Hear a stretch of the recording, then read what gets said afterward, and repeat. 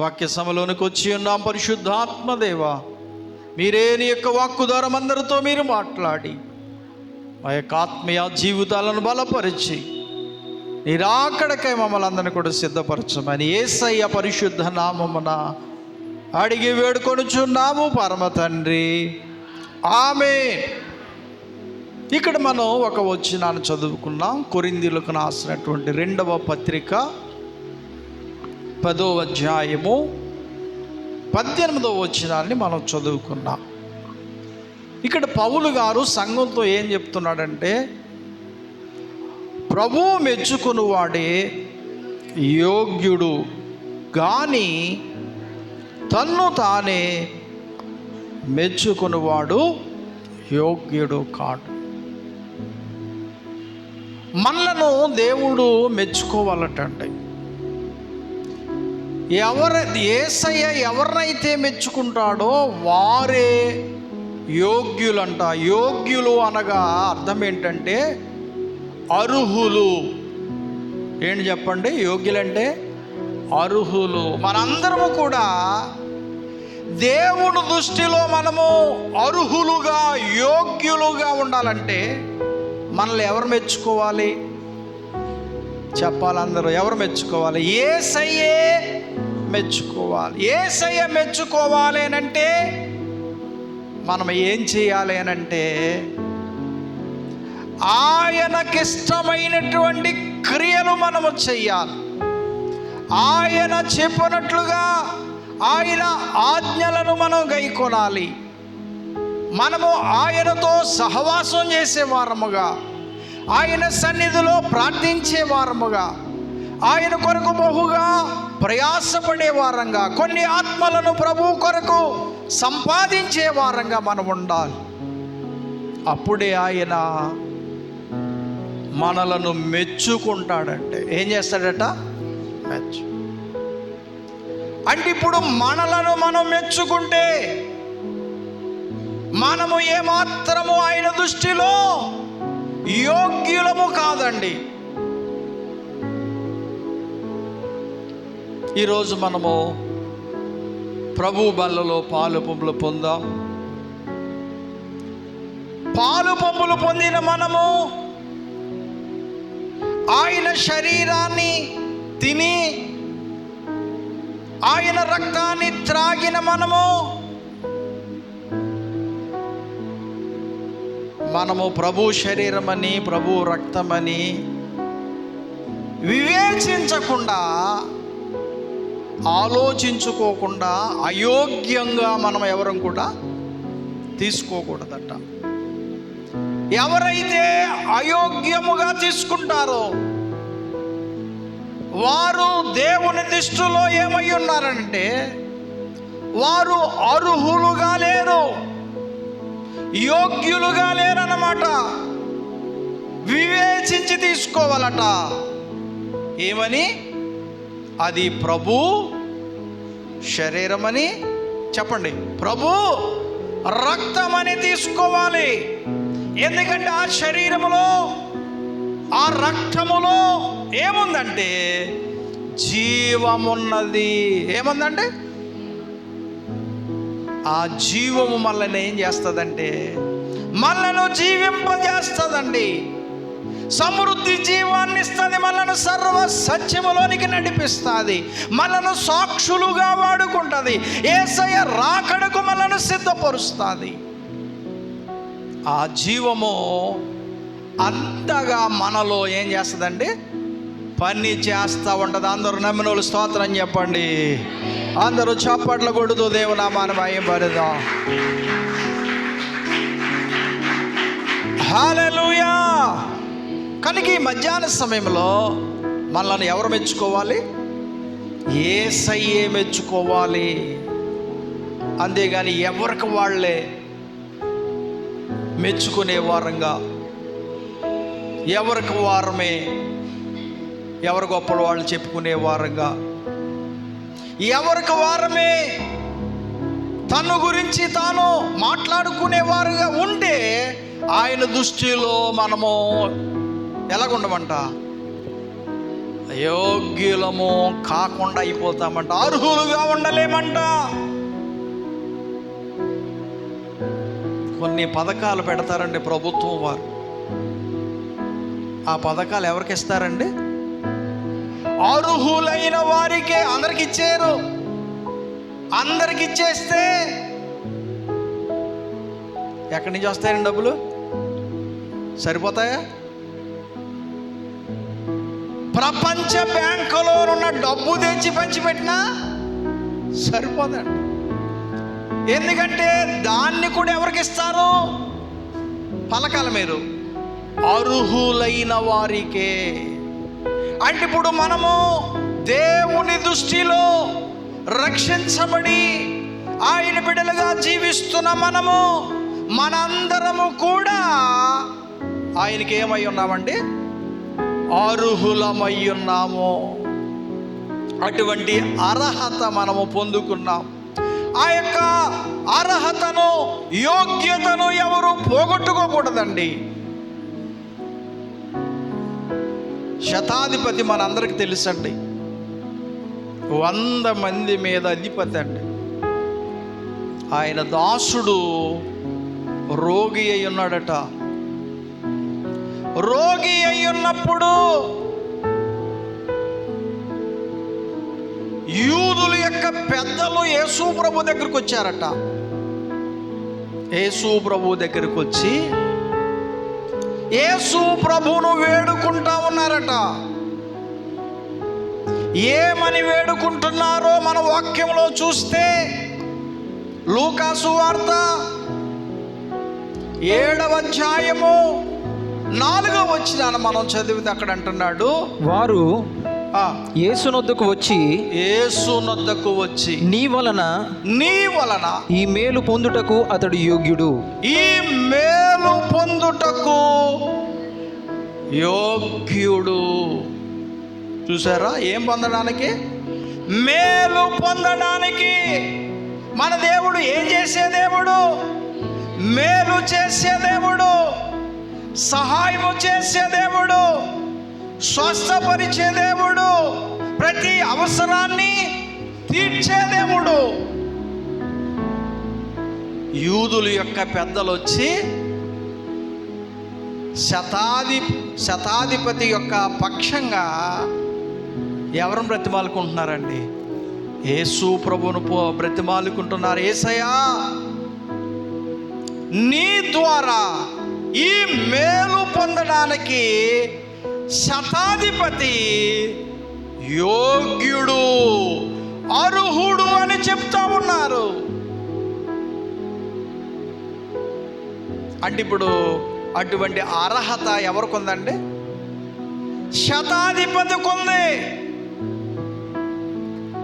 అందుకనే యేసయ్య మాట ద్వారా తన దాసుని ఏం చేశాడంటే స్వస్థపరిచాడు. చప్పట్లు కొడుతూ దేవుని నామాన్ని గట్టిగా.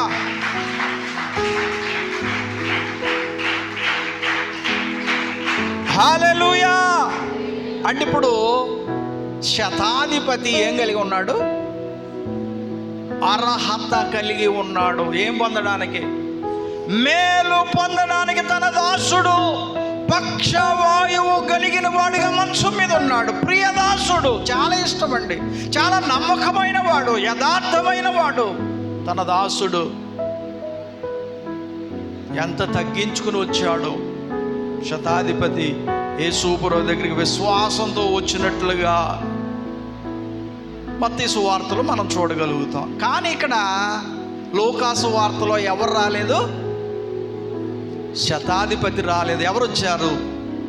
యూదుల యొక్క పెద్దలు వచ్చి యేసు ప్రభువును వేడుకుంటున్నారు, బ్రతిమాలుకుంటున్నారు. ప్రభువా, యేసయ్యా, నీ ద్వారా మేలు పొందడానికి శతాధిపతి యోగ్యుడు. ఎటువంటి వాడట? అర్హుడు. అందుకే మాట ద్వారా ఏం చేశాడండి? శతాధిపతి యొక్క దాసుని ఏం చేశాడంటే స్వస్థపరిచాడు. అంటే ఇప్పుడు మనకి ఏముండాలంటే అర్హత ఉండాలి. అర్హత లేకుండా దేవుడు మెచ్చుకోడు. అర్హత లేకుండా స్వస్థత రాదు. అర్హత లేకుండా పరలోక రాజ్యాన్ని మనము సొంతము చేసుకోవాలి. చాలామంది అండి ఆయన బిడ్డలుగా జీవిస్తూ కూడా యోగ్యత అంటే అర్హత లేని వారుగా ఉన్నారండి. ఎందుకు అర్హతను కోల్పోతూ ఉన్నారు? ఎందుకు దేవుడు మనను మెచ్చుకోవడం లేదు? దేవుడు ఎందుకు మనకు దూరంగా ఉంటున్నాడు? కారణం ఏంటంటే మనము ఆయన చెప్పినట్లుగా మనము చేయకే ఆయన మనల్ని ఏం చేయడం లేదు, మెచ్చుకోవడం లేదు.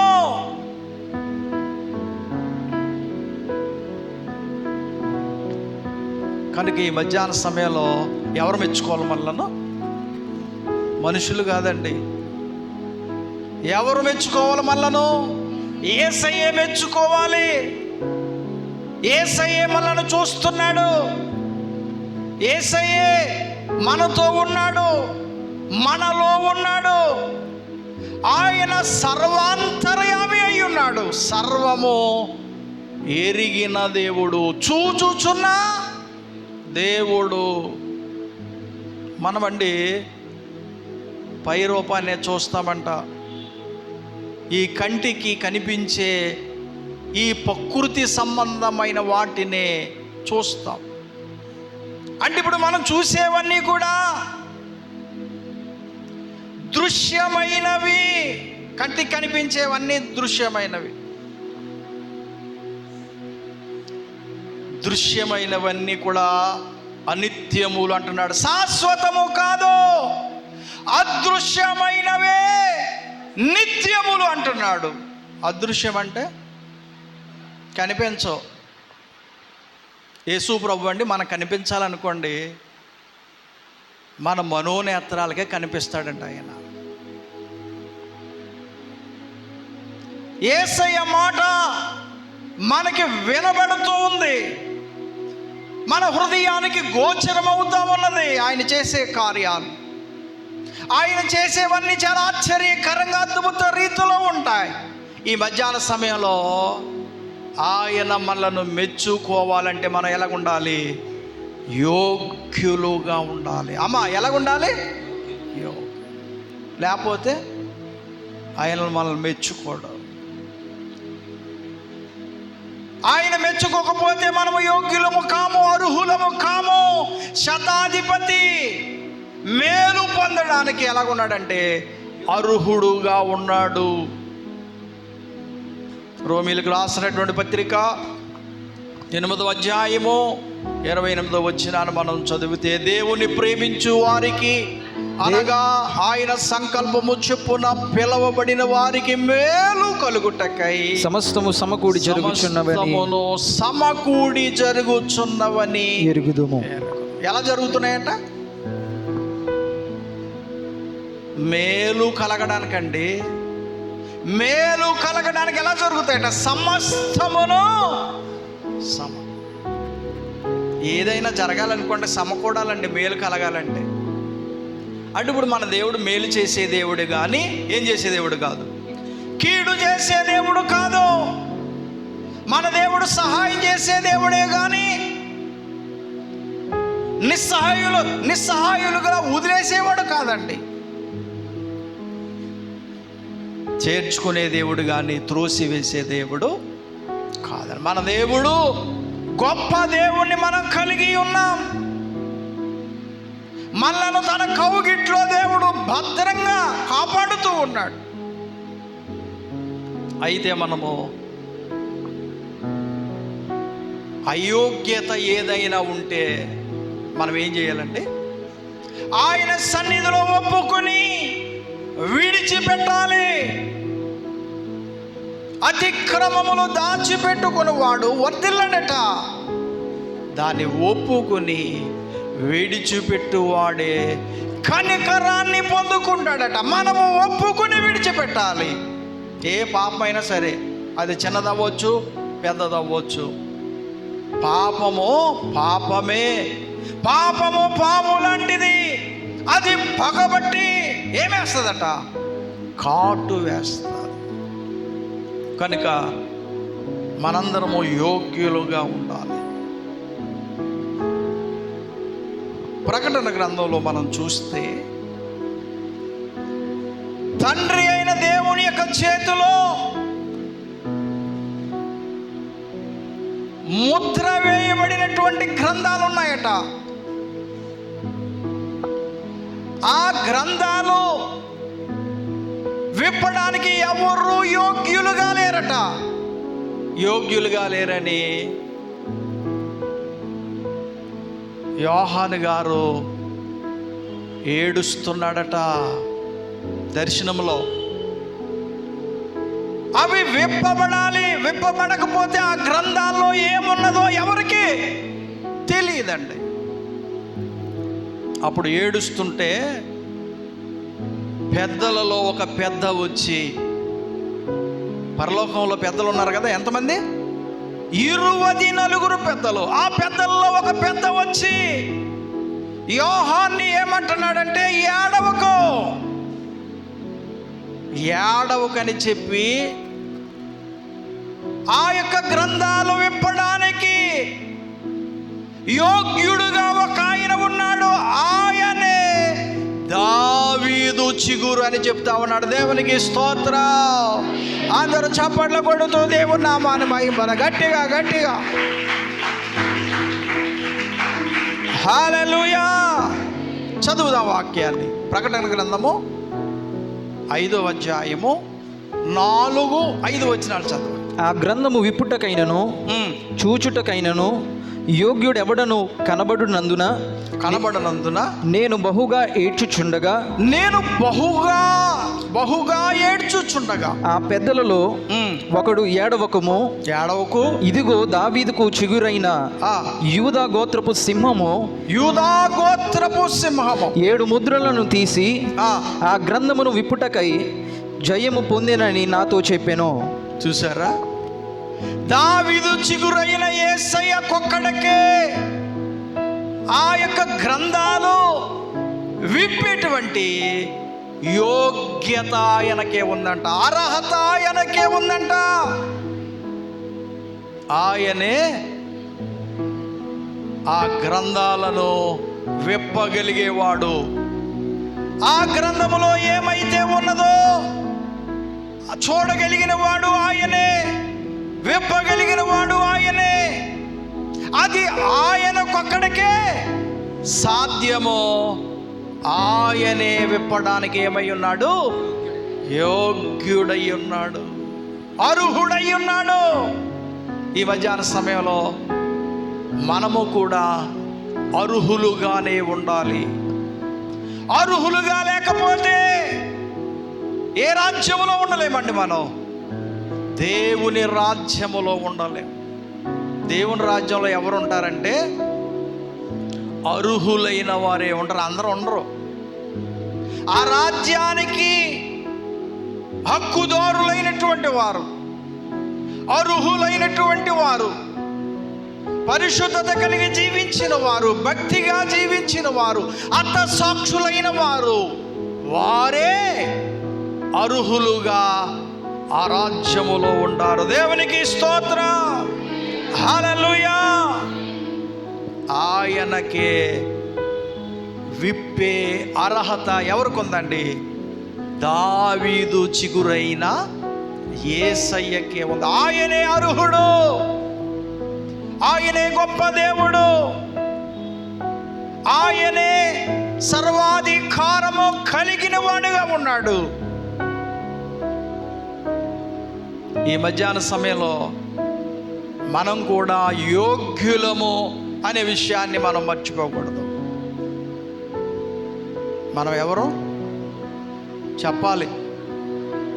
మనందరం అండి అయోగ్యులమండి, అర్హత లేని వారు. పాపములో ఉండి, పాపములో పుట్టి, పాపములో నశించిపోతున్న మనలను వెదకి రక్షించి యేసయ్య మనలను తన కుమారులుగా, కుమార్తెలుగా స్వీకరించి మనకు ఏమిచ్చాడండి? అర్హత లేని మనకు ఏమిచ్చాడు? అర్హతనిచ్చాడు. యోగ్యత లేని మనకు యోగ్యతనిచ్చాడు, పరిశుద్ధతనిచ్చాడు, రక్షణనిచ్చాడు. మనల్ని తన కుమారులుగా కుమార్తెలుగా ఆయన మనలను స్వీకరించాడు. అందుకే మనం ఎలా జీవించాలంటే యోగ్యులుగానే జీవించాలి. ఎలా జీవించాలండి? అయోగ్యత ఏదైనా ఉంటే ప్రభువా నీ రక్తముతో నన్ను కడిగి నన్ను పవిత్రపరచమని దేవుణ్ణి ప్రార్థన చేయాలి. ఎందుకంటే యేసు రక్తము ప్రతి పాపాన్ని కడిగి మనల్ని ఏం చేస్తుందట? పవిత్రులుగా చేస్తుందట, పరిశుద్ధపరుస్తుందట, యోగ్యులుగా చేస్తుందంటండి. మనము అర్హులం. దేవుడు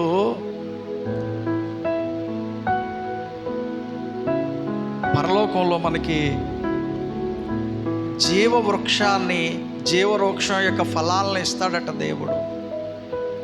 దాన్ని కూడా పొందుకోవడానికి మనము అర్హులుగా ఉన్నప్పుడే దాన్ని పొందుకుంటామంట. అది ఎక్కడుంది? పరలోకములో. జీవవృక్షం ఎక్కడుందండి? అది ఆ వృక్షాన్ని దేవుడు ఎక్కడ పెట్టాడండి? అసలు ముందు ఏదేను తోటలో పెట్టాడు. ఎక్కడ పెట్టాడు? నిజంగా వాళ్ళు పాపం చేసిన తర్వాత ఆజ్ఞను అతిక్రమించి ఆ మంచి చెడ్డలు తెలివినిచ్చే పండును తిన్నాక వారు ఏం పోగొట్టుకున్నారండి? మహిమను పోగొట్టుకున్నారు. పాపం చేసి శాపాన్ని తెచ్చుకొని దేవునికి ఏమైపోయారంటే దూరం అయిపోయారు. ఏ దేవుని తోటలోంచి బయటికి పంపించేక ముందు ఆ తోటలో జీవవృక్షాన్ని కూడా పెట్టాడట. ఆ జీవవృక్ష ఫలాలు కానీ ఇలా తింటే ఏమైపోతారట? మరలా చనిపోయిన వారు ఏమైపోతారట? మరలా బ్రతికెద్దురట. అంటే వాళ్ళు బ్రతికి ఉన్నాను చనిపోయిన వారితో సమానం అండి. కారణం ఏంటంటే ఆజ్ఞను అతిక్రమించి ఏం చేశారు? పాపం వల్ల వచ్చు జీతము మరణం. వారు ఆత్మీయంగా చనిపోయారు, మహిమను పోగొట్టుకున్నారు. శాపాన్ని తెచ్చుకొని ఆ శాపము చేత ఎక్కడికి వెళ్ళిపోయారండి? ఆ ఏదేను తోటలోంచి దేవుడు బయటికి వారిని గెంటివేశాడు. కారణం ఏంటి? ఆ తోటలో ఉండే ఏం పోగొట్టుకున్నారు? అర్హతను పోగొట్టుకున్నారు, యోగ్యతను పోగొట్టుకున్నారు. ఈ మధ్యాహ్న సమయంలో దేవుడు నీకు ఇచ్చిన నాకు ఇచ్చిన రక్షణను ఎలా కాపాడుకోవాలట? చాలా జాగ్రత్తగా కాపాడుకోవాలట. రక్షణ పొందేసుకున్నాను కదా అని మన ఇష్టానుసారంగా మనం జీవించకూడదట. చాలా భయముతోనూ వణుకుతోనూ మన సొంత రక్షణను ఏం చేయాలట? కాపాడుకోవలసిన వారమై ఉన్నాం. ఎందుకంటే సాతాను మనల్ని శోధిస్తాడు, తొట్టిల్లిపోయేటట్టుగా చేస్తాడు, దేవునికి దూరం అయ్యేటట్టుగా, సంఘానికి దూరం అయిపోయేలా చేస్తాడండి సాతానుడు. అందుకే వాడికి ఏమి ఇవ్వకూడదు చోట. కనుక ఈ మధ్యాహ్న సమయంలో మనము యోగ్యులం. ఆ విషయాన్ని ఇప్పుడు మనం మర్చిపోం. మరి మనము యోగ్యులుగా ఉంటే మనలో ఎవరు మెచ్చుకుంటారట? యేసయ్యే మెచ్చుకుంటాడట. అంతేగాని మనలను మనము మెచ్చుకుంటే మనము యోగ్యులం కామండి. పరిశుద్ధ గ్రంథములో భక్తులైన వారందరూ కూడా దేవుని దృష్టిలో ఎలా కనిపించారండి? యోగ్యులుగానే కనిపించారు. యోగ్యులైనటువంటి వారిని ఏమని పిలుస్తున్నాడు తెలుసా? తీర్పు తీర్చినప్పుడు గొర్రెలైన వారిని పిలుస్తున్నాడు. ఏమని పిలుస్తున్నాడంటే, నా తండ్రి చేత ఆశీర్వదించబడిన వారులారా, లోకము పుట్టునది మొదలుకొని మీ కొరకు సిద్ధపరిచిన ఈ పరలోక రాజ్యాన్ని స్వతంత్రించుకొనమని చెప్తున్నాడు. సొంతం చేసుకోండి, రాజ్యం మీదే. నా తండ్రి చేత మీరు ఏం చేయబడ్డారు? ఆశీర్వదించబడ్డారు, నీతిమంతులుగా తీర్చబడ్డారు. మీరు నాకు ప్రియులైన పిల్లలు, మీరు నన్ను పోలి నడుచుకున్నారు అని మన గురించి అద్భుతమైన సాక్ష్యాన్ని ఆయన ఇస్తా ఉన్నాడు. తర్వాత ఇంకో బ్యాచ్ ఉందండి, మేకలు, సాతాను బ్యాచ్ అండి. నా తండ్రి చేత శపించబడిన వారలారా, సాతానునికిని వాని సంబంధులకు సిద్ధపరిచిన ఇదిగో అగ్నిగుండం మీ కొరకు సిద్ధముగా ఉంది, మీరు అందులో వేయబడతారు. అక్కడ అగ్ని ఆరదు, దివారాత్రము మండు గుండములో పాలు బొమ్మలు పొందాలట. అది ఎన్నో మరణం అట? రెండవ మరణం మామూలుగా ఉంటుందండి. రెండో మరణం ఏటంగా ఉన్నారు, నరకం. అక్కడ ఏముంటుంది? ఏసీ ఉంటుందా? నరకంలో ఏసీ ఉంటుందండి? ధనవంతుడు నరకంలో పోయి ఒరే ఏసీ ఎయిరా అంటున్నాడట. అమ్మా ఏమేమంటున్నాడా? అలవాటు అయిపోయింది ఏసీ, సుఖాలన్నీ అలవాటు అయిపోయినాయి. ఇక ఏసీ లేదు, ఏమీ లేదు, మంటలు వచ్చేస్తున్నాయి. బాబోయ్ బాబోయ్ బాబోయ్ అంటాడు. అక్కడ పనులు ఉంటారండి, అక్కడ అన్ని సుఖాలు ఎక్కడ? మనుషులు ఇప్పుడు ఎలా మారిపోయారట? వాక్యం చెప్తుంది, దేవుని కంటే సుఖానుభావులుగా మారిపోయారట. కష్టము అనేది అంతకుముందు పెద్దవారైన వారికి, వెనుకున్న వారికి తెలుసండి కష్టం ఏంటో. ఇప్పుడు కష్టం ఏంటో ఎవరికి తెలియడం లేదు. కారణం ఏంటి? దేనికి అలవాటు పడిపోయారండి? సుఖాలు. కనుక ఈ మధ్యాహ్న సమయంలో మనము దేవుని కొరకు ఏం చేయాలంటే కష్టపడాలి. కష్టే పని అన్నారు. దేవుని కొరకు కష్టపడితే పనివాడు జీతానికి పాత్రుడండి. కష్టపడి పని చేయాలి దేవుని కొరకు. కనుక యేసయ్య మనందరినీ కూడా యోగ్యులుగా తీర్చాడు, పరిశుద్ధులుగా తీర్చాడు. అయోగ్యత మనలో ఉండడానికి లేదు, పాపానికి మనము చోటు ఇవ్వడానికి లేదు. పరిశుద్ధత కలిగి ఎలా జీవించాలంటే మనము ప్రభువు మెచ్చుకునే యోగ్యులుగా ఉండాలి. ఎలా ఉండాలి చెప్పండి? అది యోగ్యులైన వారే ఎక్కడ ఉంటారు? పరలోక రాజ్యంలో ఉంటారు. ఆ రాజ్యాన్ని వారు పొందుకుంటారు. ఆ రాజ్యములో ఏముందండి? ఆ రాజ్యములో ఆకలి లేదట, ఆకలి దప్పులు లేవంట. ఆ రాజ్యములో అంతా సమాధానమే, సంతోషమే. ఆ రాజ్యములో దేవుడు మనకి నివాసాలు సిద్ధపరిచాడు. దేవుడు జీవ కిరీటాన్ని, ఎన్నో కిరీటాలు ఉన్నాయి, అక్షయమైన కిరీటాన్ని, ఎన్నో కిరీటాలు, మనకి జీతం ఉంది, బహుమానాలు ఉన్నాయి, మహిమా వస్త్రాలు ఉన్నాయి, సింహాసనాలు ఉన్నాయి. అవన్నీ ఎవరికండి? ఎవరికి చెప్పండి? మనకే, నాకే అని చెప్పండి అందరూ సార్. గట్టిగా గట్టిగా చెప్పండి అమ్మా. ఇంకా గట్టిగా చెప్పాలి, వినబడలే. నాకే గట్టిగా చెప్పండి. చప్పట్లు కొడదు దేవుని నామాన్ని మహిమ. గట్టిగా గట్టిగా చప్పగా కొడుతున్నారు. గట్టి కొట్టాలి, గట్టి కొట్టాలి. హల్లెలూయా. ఇవన్నీ ఎవరికి? ఆయనకి కాదండి, మనకే. అవన్నీ మన కోసమే సిద్ధపరిచాం, మనకి ఇవ్వడానికండి.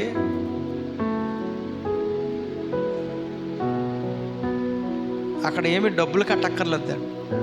వెలకట్టాలా? అన్నీ ఎలాగిస్తాడు? అన్నీ ఫ్రీ. ఏమాత్రం డబ్బులు కట్టమన్నారనుకో యేసయ్య, ఏమంటాం మనం? డబ్బులు కట్టమంటే ఏమంటామండి? అన్నీ ఫ్రీ అని చెప్పారు కదా, ఇప్పుడు డబ్బులు కడుతున్నాం, డబ్బులు ఎలాగొస్తాయని దెబ్బలాడేస్తాం మనం. కానీ దేవుడు ఎప్పుడూ ఏం అడగలేదు, వెళ్ళడగలేదు, డబ్బులు అడగలేదు. యేసుప్రభు ఇప్పుడు మనల్ని రక్షించడానికి భూమి మీద వెలగా ఆయన ఖర్చు అయిపోయాడు. విమోచన ఖరీదనంగా ఖర్చు అయిపోయాడు. అన్నీ కూడా దేవుడు ఉచితంగానే ఇచ్చాడు.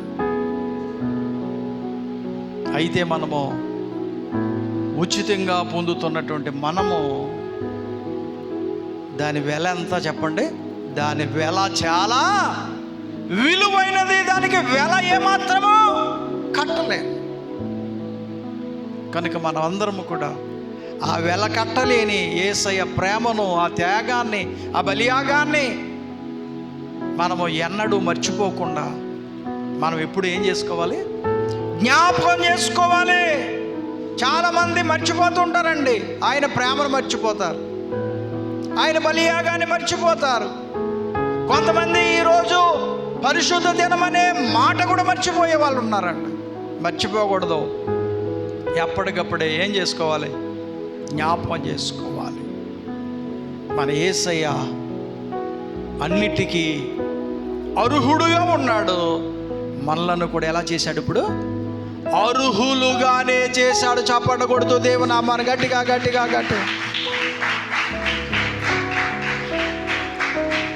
హల్లెలూయా. మనందరం ఏమై ఉన్నాం? అర్హులు. అర్హత ఏం చేసుకోకూడదు?